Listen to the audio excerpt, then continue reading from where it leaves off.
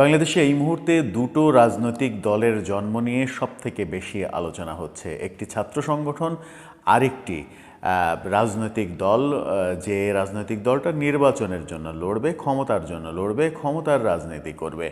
সেই দুটো দল একটা গঠন হয়ে গেছে। ছাত্রদের বৈষম্যবিরোধী ছাত্র আন্দোলন ভেঙে ছাত্রদের নতুন ছাত্র সংগঠন তৈরি হয়েছে। সেটার নাম দেয়া হয়েছে বাংলাদেশ গণতান্ত্রিক ছাত্র সংসদ। সেটাতে একেবারে তুলকালাম কাণ্ড একের পর এক ঘটছে এবং এই গত রাতের সর্বশেষ খবর সেটা হচ্ছে যে রিফাত রশিদ, একেবারে ফ্রন্ট লাইনার সমন্বয়ক, সেই রিফাত রশিদ সহ ৩ জন সমন্বয়ক এই দল থেকে পদত্যাগ করেছেন। ২৫০ সদস্যের কমিটি ঘোষণা করা হয়েছে এবং রিফাত রশিদ পদত্যাগ করেছেন। এদিকে নতুন যে রাজনৈতিক দল আজকে জন্ম নিতে যাচ্ছে, আজকে বিকেলে জন্ম নেবে জাতীয় নাগরিক পার্টি, সেই রাজনৈতিক দল নিয়ে নতুন করে আলোচনা শুরু হয়েছে যে এটা সমন্বয়কদের দল নাকি ডক্টর ইউনূসের দল। 1/11-এর সময় ডক্টর ইউনূস যে দল করতে চেয়েছিলেন, নাগরিক শক্তি, সেই দলেরই একটা নতুন রেপ্লিকা কিনা, সেই আলোচনা চলছে। সেই আলোচনাগুলোই করবে এই ভিডিওতে। থাকবেন পলিটিক্স টিভির নিয়মিত আয়োজনে।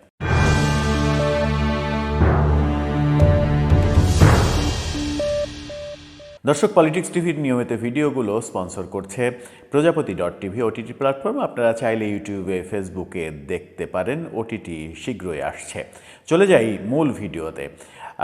আলোচনা হচ্ছে যে দুইটি বিষয় নিয়ে: ছাত্রদের নতুন রাজনৈতিক প্ল্যাটফর্ম, গণতান্ত্রিক, নামটা খুব কঠিন, গণতান্ত্রিক ছাত্র সংসদ নামটা দিয়েছে। নতুন নাম যেহেতু বারবার ভুলে যাওয়ার একটা ব্যাপার থাকবে।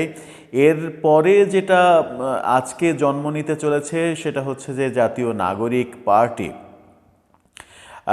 গণতান্ত্রিক ছাত্র সংসদ, সেই দলের মধ্যে তুলকালাম কাণ্ড শুরু হয়েছে।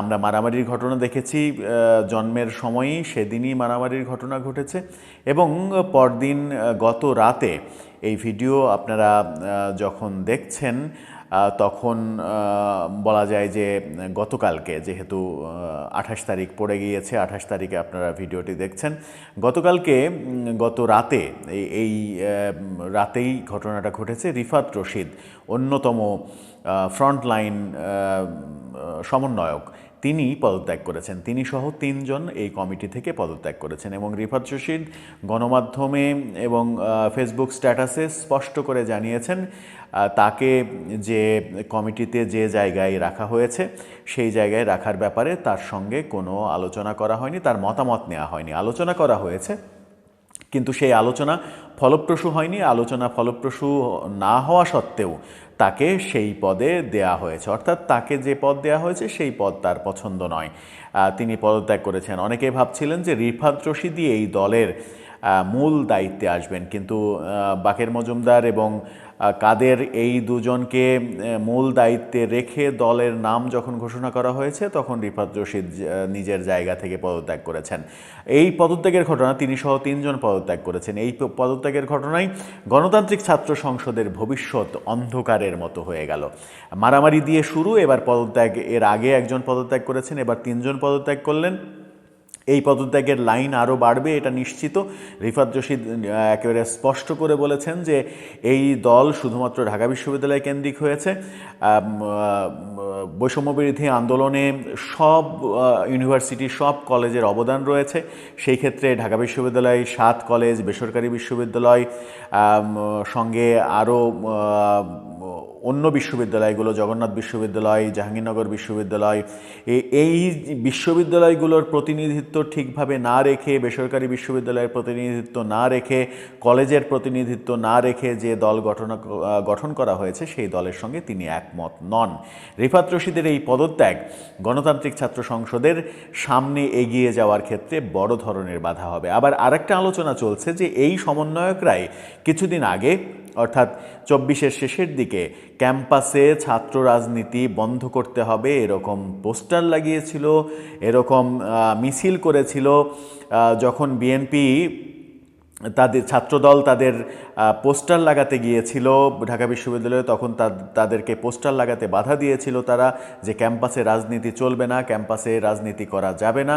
সেই তারাই আবার নতুন করে ছাত্র রাজনীতির দল গঠন করলো। এই প্রশ্নের উত্তরে বাকের মজুমদার বলেছেন যে তারা কখনোই ছাত্র রাজনীতির বিরুদ্ধে ছিলেন না, তারা নাকি ছিলেন লেজুর ভিত্তিক যে রাজনীতি সেই রাজনীতির বিপক্ষে। তো বৈষম্য বিরোধী ছাত্র আন্দোলন থেকে যে রাজনৈতিক দলটি হলো, সেই রাজনৈতিক দল কি জাতীয় নাগরিক পার্টি যেটা হচ্ছে সেই নাগরিক পার্টির সঙ্গে কাজ করবে না? তারা কি লেজুর ভিত্তিক রাজনীতি করবে না? জাতীয় নাগরিক কমিটির সমর্থক তারা হবে না? সেটা একটা বড় প্রশ্ন, সামনেই দেখা যাবে আসলে কি হচ্ছে।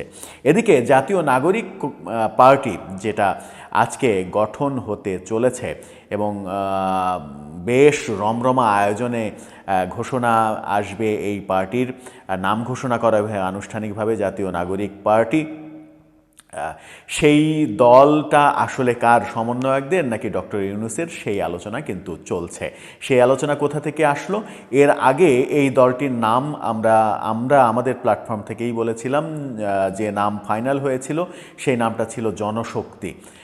অর্থাৎ ডক্টর ইউনূসের যে 111-এর দল, যে দলটাকে তিনি 3 মাসের মাথায় আবার বিলুপ্ত ঘোষণা করেছিলেন, নাগরিক শক্তি, সেই নাগরিক শক্তির শব্দ যে থাকবে এটা নিশ্চিত করেই আমরা বলেছিলাম। নাগরিক শক্তির থেকে শব্দ নিয়ে নাগরিক কমিটি, জাতীয় নাগরিক কমিটি করা হয়েছে। নাগরিক শক্তি শব্দ থেকে দুটো নাম তাদের মধ্যে চয়েসে ছিল, জনশক্তি এবং নাগরিক পার্টি।